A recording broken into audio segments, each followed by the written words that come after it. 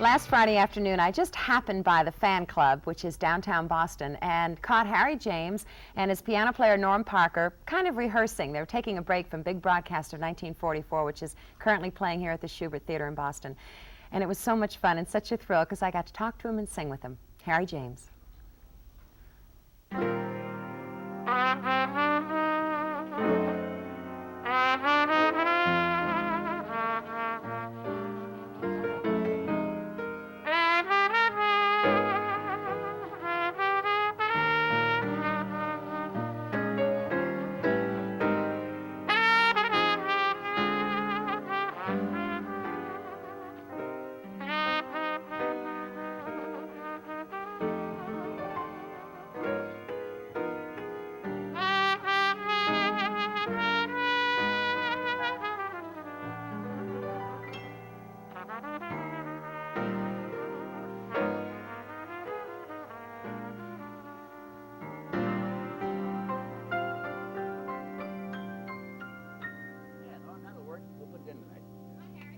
Hi, Eileen. How you doing? Hi, Norm. How are you? Fine, thank you. I was in the neighborhood. I heard you guys were here at the fan club kind of jamming. I brought my music. Do you think maybe I could jam with you a little? Well, I don't see why not. Think so? Yeah. Maybe you can tell me if I could be a big band singer. We'll jump right in there. Now, let's talk first. I Okay. want to tell everybody, nobody needs an introduction to you. Okay. I know that. Don't you know that? Well, in that case, don't introduce me.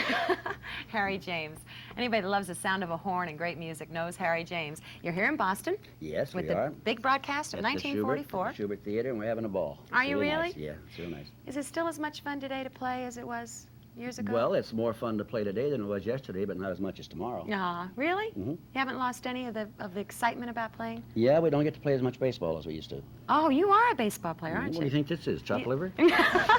Cardinal. St. Louis Cardinals. All right. Boston should know the Cardinals. Yes, they should. And Norm Parker, you're playing. In fact, you were on the show last week with Warren Covington and the Pied Pipers. Play everything in the show, right? Just about, yeah. Except for Hildegard? Right. You know, it's such a great idea. How do you feel about this big band comeback?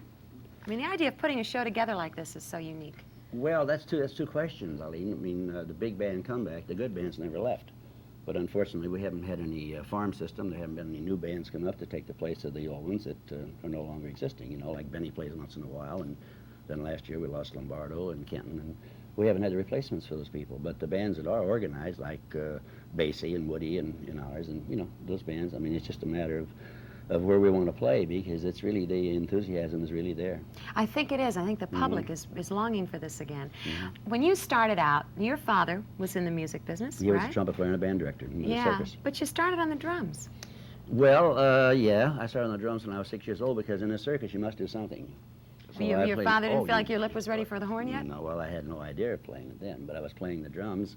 And then my dad, when I was 10, he decided, he says, here, kid, take this and we'll learn to play it. You and I have something in common. We were talking about living in Memphis. Mm. The Peabody Hotel. The Peabody Hotel. Gosh, And never forget it. You were 16 years The old? first job I left, I lived in Beaumont, Texas at the time. It was the first job I ever had away from home, was playing at the Peabody roof. But then you left Benny Goodman. Well, I was with Benny Pollock first. I left home with Benny Pollock, and then I went with Goodman, and then I started my own band. How was it? You know, the one thing I've wondered, having sung with Woody Herman, and I know it gets discouraging being on the road. You know, your family life suffers, I would think.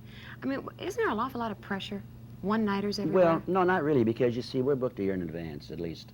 And when we go out to do a series of one-night stands, our hotels are all ready for us. We never travel more than maybe 250 miles.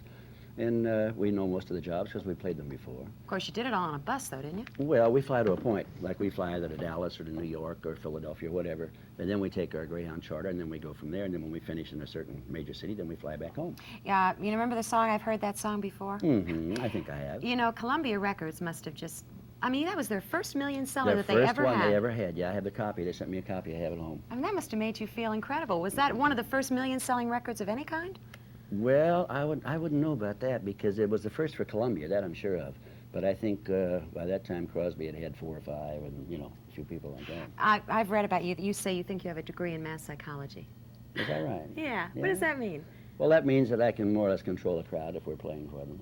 But you said you wanted to play music that people just wanted to dance to, and you wanted to do that all the time. Well, I always figured that I'm never going to play a tune that I can't dance to. So I would not like to have a girl come and take her to a dance and get on the floor and look like a fool because the band played a tempo I couldn't dance. So I just make sure that the tempos that we play are danceable, so that the guys don't have the problems with the gals. They sure were danceable. All those wonderful romantic memories dancing to those tunes. How about Betty Grable? Your marriage lasted 22 years. Yep. I have a question, Ray, because I wonder if, well, Betty was a pinup girl during the war. Did that ever bother you? I mean, she had the greatest legs in the world. So long as she cooked dinner, it didn't bother me. It didn't bother you? Just have the dinner on time at 7 o'clock and we're straight. Listen to you. You weren't the jealous type, huh? Of course not. Jealous of what? Now you're married again. I know you don't like No, to... I'm not married again. You're not married Where'd you again? get that idea? Oh, you Hello, stinker. You're not going to Eileen. talk about that, No, are I'm you? not. I'm not married. No, you're not. No. Okay. But No, you- this came from South America. That's this... has nothing to do with the wedding. And this one is Okay. Bear. You live in Las Vegas, Mm-hmm. but you also have a home in where you're headed next, San Diego. San Diego, La Costa. Mm-hmm. And you play golf. Yeah, we'll hack around a bit. So is it a good life? Well, I wouldn't trade it for Ray Anthony's. Oh, we wouldn't want you to. Okay. Remember that song that you took after Judy Garland recorded it? Yep. You took it, and instead of lyrics, you gave us words with the horn. Let me just explain one thing. We were in New York, and we were playing at one of the hotels. I think it was the Lincoln. And we were trying to get started, you know. Things were pretty rough. In fact, Sinatra was our vocalist at the time, and then he left the band to go with Dorsey. And I had a contract. He still owes me 5 months at $75 a week. Frank He says, does? okay, yeah. He says, anytime, boss, we'll be there. You probably But, could pay but the off. story I was getting at is that I'm sitting and every night I'm hearing the all-night radio stations, you know, the disc jockeys, and they keep playing the record that Judy did with Gable, you know, that little thing where she did about Dear Mr. Gable. And I said, guys, they had this so many times, maybe the people would like an instrumental. And so I went up and had the arrangement. I made the arrangement. And Columbia didn't want me to do it. So I finally said, please, please. So they put it as a B-side. And then when we got back to town, it was already a hit. So. Isn't it funny? It proves that the music execs don't always know. Well, who knows anything, you know, for tomorrow. I know. Really. You want it? Can we do a little of that? I think it'd be a good idea. One thing first, it astounded me before Yeah. we even do this. You almost went with the Lawrence Welk Band. I auditioned, but he didn't like me because I only could play the trumpet. Oh, isn't that No, this something? is a funny thing. He had a little 7-piece band. It was called the biggest little band in the West. And each guy had to play 4 or 5 instruments. And they were all up in a rack. And they were all like this hanging, like a hawk shop, you know. And so I played audition for him. And he says, that's very good, very good. He says, now what else do you play? And I said, well, I played the drums. He says, no, that's no good. We have a drummer. So he says, well, he said, I'm sorry I can't use you. So now it's so cute. He does every once in a while. He'll do something for us. And he said, this is my friend. And he's always liked me because I didn't give him a job. Good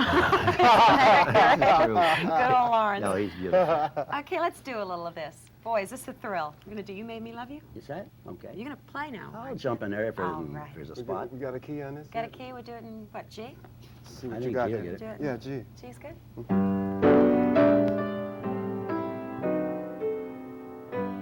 You made me love you. I didn't want to do it. I didn't want to do it. You made me want you. And all the time you knew it. I guess you always knew it. You made me happy sometimes. You made me glad. And there were times, dear, you made me feel so bad. I wanna cry 'cause I didn't wanna tell you. I didn't wanna tell you. I want some love that's true. Yes, I do. Deed, I do. You know I do. Give me, give me, give me, give me what I cry for. You know you got the brand of kisses that I die for. You know you made me love you, baby.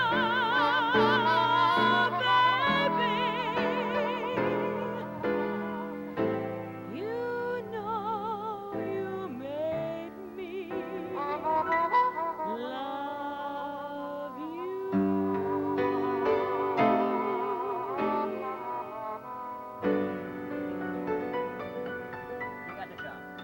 You got the job. Thank you, Harry James, and thank you, Norm. Norm Salute, Parker. salute, Ah, salute. salute. You got the job. We'll be back So- with more Good Day right after this.